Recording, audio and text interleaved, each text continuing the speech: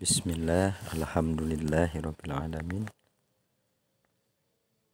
Anak-anakku yang Bapak cintai, alhamdulillah pada kesempatan ini kita masih diberikan kesehatan oleh Allah, dan mudah-mudahan kesehatan yang Allah berikan ini bisa kita manfaatkan ya untuk tetap semangat mencari ilmu. Ya, alhamdulillah pada hari Senin ini kita akan belajar pendidikan agama Islam atau PAI tema 3. Nah, tema 3 ini adalah aku anak salih atau aku anak soleh. Nah, anak-anakku, tentu semua di antara kalian ya, semua ingin menjadi anak yang soleh ya, karena anak yang soleh itu ya akan dicintai oleh Allah dan Nabi Muhammad Sallallahu Alaihi Wasallam. Dan tentu anak yang soleh ini juga akan dicintai ya dan dikagumi oleh orang tua, juga oleh teman-teman yang berada di sekitarnya. Nah, anak-anakku, ada beberapa ciri ya, ciri dari anak soleh. Yang pertama ya, anak soleh itu jujur, disayang oleh Allah Subhanahu wa Ta'ala. Nah, di sini ada sebuah cerita. Kalian bisa sambil dilihat ya.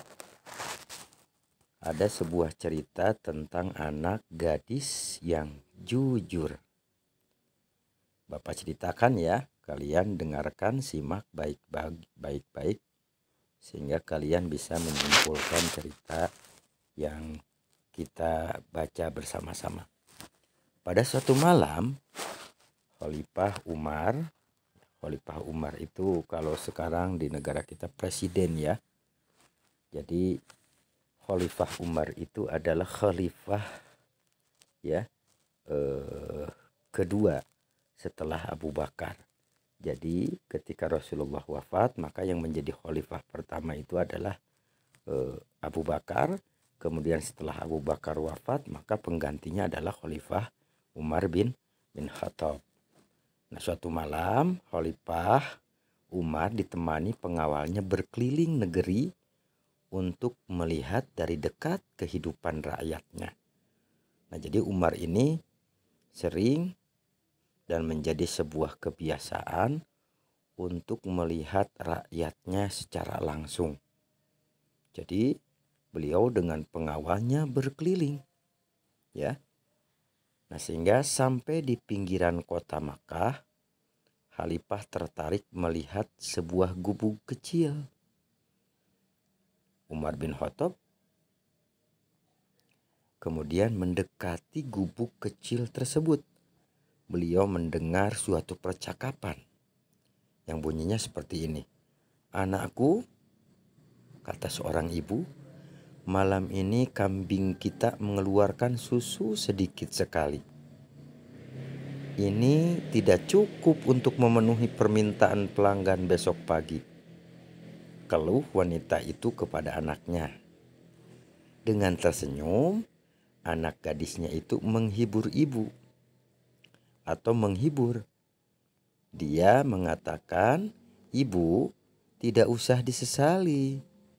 Inilah rezeki yang diberikan Allah kepada kita hari ini. Semoga besok kambing kita mengeluarkan susu yang lebih banyak lagi. Namun, aku khawatir para pelanggan tidak mau membeli susu kepada kita lagi. Bagaimana kalau susu itu kita campur air supaya kelihatan banyak?" Maka anak tersebut mengatakan, "Jangan ibu, jangan bu." Gadis itu melarang. bagaimanapun kita tidak boleh berbuat curang. Lebih baik kita katakan dengan jujur pada pelanggan bahwa hasil susu hari ini hanya sedikit. Mereka tentu akan memakluminya. Lagi pula kalau ketahuan kita akan dihukum oleh Khalifah Umar. Percayalah, ketidakjujuran itu akan menyiksa hati. Bagaimana mungkin Khalifah Umar tahu? Kata janda itu kepada anaknya. Saat ini beliau tidur pulas di istana megah tanpa pernah mengalami kesulitan seperti kita. Gadis remaja itu tersenyum dan berkata, "Ibu, memang Khalifah tidak melihat apa yang kita lakukan sekarang. Tapi Allah Maha melihat setiap gerak-gerik makhluknya. Meskipun kita miskin, jangan sampai kita melakukan sesuatu yang dimurkai oleh Allah." Dari luar gubuk, Khalifah Umar kagum dengan kejujuran gadis itu. Ternyata kemiskinan tidak membuatnya untuk berbuat curang. Keesokan harinya Khalifah Umar memerintahkan beberapa orang untuk menjemput wanita pemerah susu dan anak gadisnya. Beliau bermaksud akan menikahkan putranya dengan gadis yang jujur itu. Allah Subhanahu wa ta'ala sangat senang kepada orang yang jujur, yaitu yang tulus dan lurus hatinya, tidak curang. Misalnya jujur mengerjakan tugas seperti ujian atau ulangan, tidak mencontek dan jujur menggunakan uang, seperti mengembalikan uang kembalian sisa belanja. Mengatakan sesuatu dengan jujur, misalnya mengakui kesalahan, seperti pertanyaan guru, "Apakah kalian belajar di rumah?" Apabila tidak belajar, katakanlah dengan jujur, "Saya tidak belajar." Apa keuntungannya orang jujur? Allah Subhanahu wa ta'ala senang dengan orang jujur. Kemudian sikap jujur disenangi semua orang. Orang jujur selalu banyak teman dan dicari orang.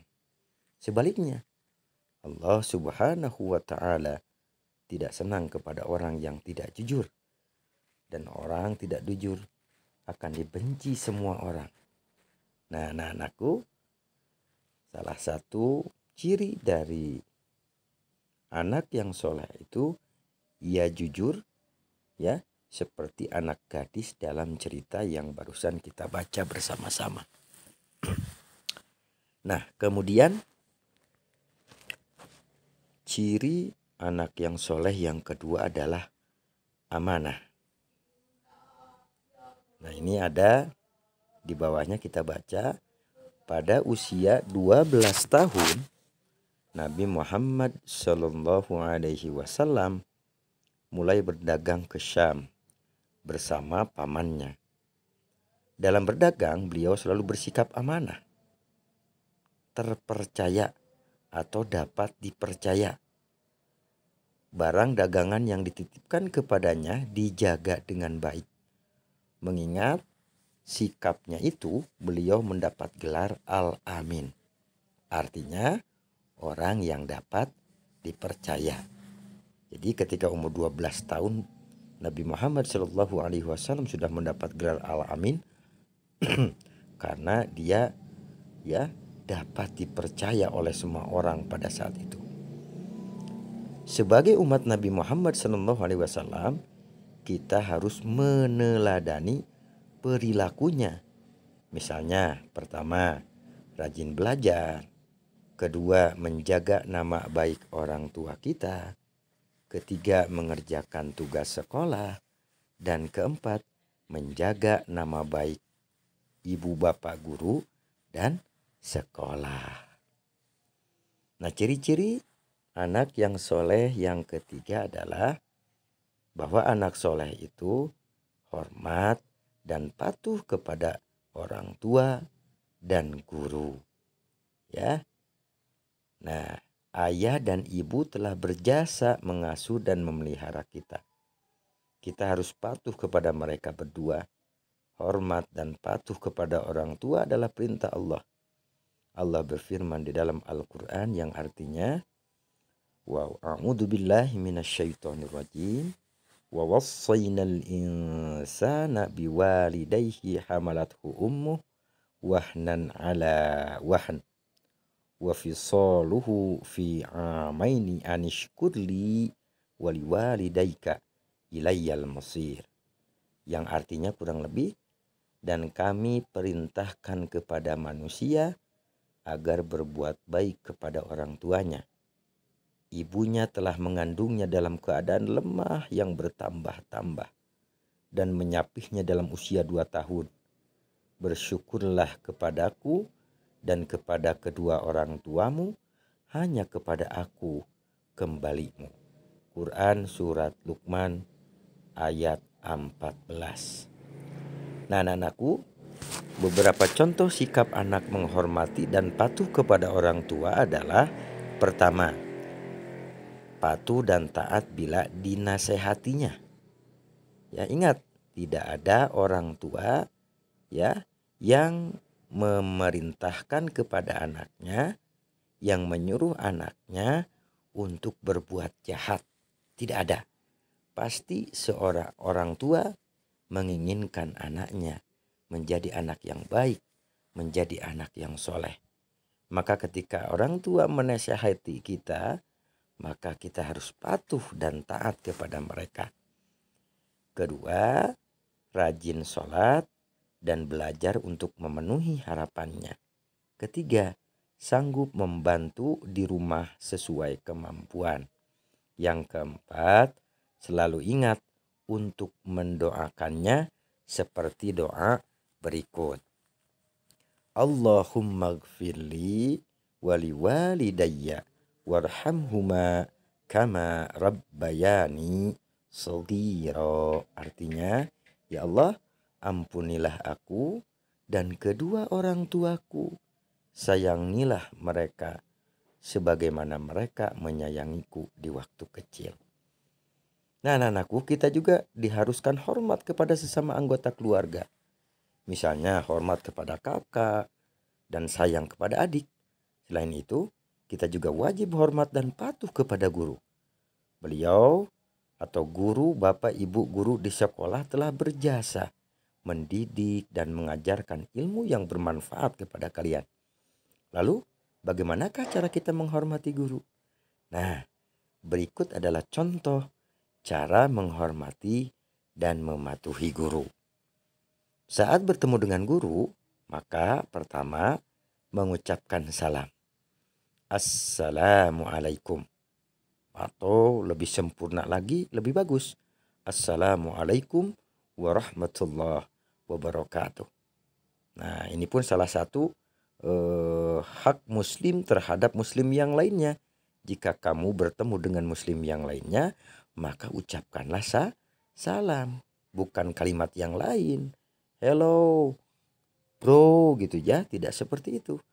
Tapi di dalam agama kita, maka ketika kita bertemu dengan sesama muslim, apalagi bapak dan ibu guru ya, kalian mengucapkan salam kepada mereka. Assalamualaikum warahmatullahi wabarakatuh. Maka ibu dan bapak guru akan menjawab, Waalaikumsalam warahmatullahi wabarakatuh. Kemudian yang kedua, bersalaman. Ya, bersalaman dengan mereka, ya, kalau perlu ya, dengan mencium tangan mereka sebagai bentuk ta'dim, bentuk penghormatan kalian kepada bapak dan ibu guru. Tapi ingat, ya, jika kalian laki-laki, maka boleh bersalaman. Ya, belajar dari sekarang untuk menjaga kehormatan kita dengan tidak bersentuhan dengan sesama jenis. Ya, jika kalian laki-laki bertemu dengan guru laki-laki, maka boleh bersalaman. Ya, dan mengucapkan salam. Tetapi jika dengan guru perempuan, cukup mengucapkan salam dan menganggukkan kepala kita, ya, pertanda penghormatan kepada mereka.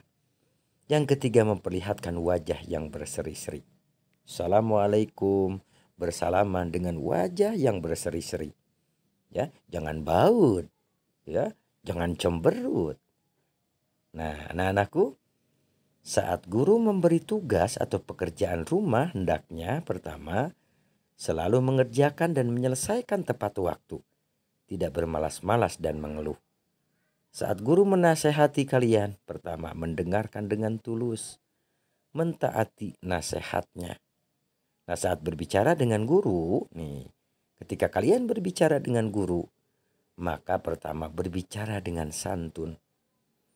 Kedua, suara tidak terlalu keras.